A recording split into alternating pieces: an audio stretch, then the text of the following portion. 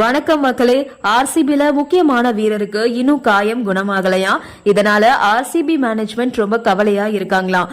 கால் வைக்கிற இடம்லாம் கனிவடினா என்னதான் பண்றது அப்படின்ற மாதிரி ஒரு நிலைமையில தான் இப்போ ஆர்சிபி மேனேஜ்மெண்ட் இருக்காங்க. யார் அந்த வீரர் அப்படின்னு பார்த்தோம்னா, நம்ம ஆஸ்திரேலிய வேகபந்து வீச்சாளர் கோலிக்கு ஆஃப் சைட்ல பால் போட்டே விக்கெட் எடுத்தவர் ஆஸ்திரேலியா மும்மூர்த்திகள்ல ஒருத்தரான ஹெசலுட் தான். ஆர்சிபில பவுலிங் யூனிட் ரொம்பவே நல்லா இருக்கு அப்படின்னு ஆர்சிபி ஃபேன்ஸ் எல்லாம் குதூகலமா இருக்கும்போது இப்படி ஒரு நியூஸா வரணும் அப்படின்ற மாதிரி தான் கேட்க தோணுது. ஹெசலுட்டுக்கு அந்த இன்ஜுரி ரொம்ப மோசமா போயிட்டு இருக்கிறதா தகவல் வெளியாகி பரபரப்பை ஏற்படுத்தியிருக்கு.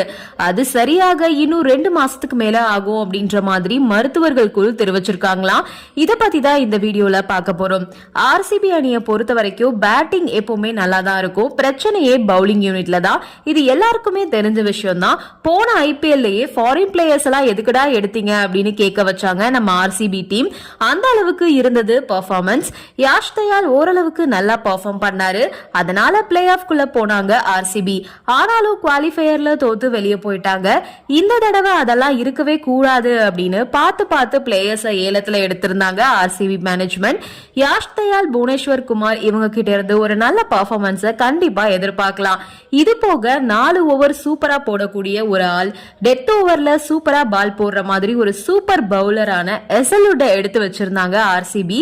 இப்ப அவருக்கு இன்ஜுரி ஏற்பட்டு இருக்குது.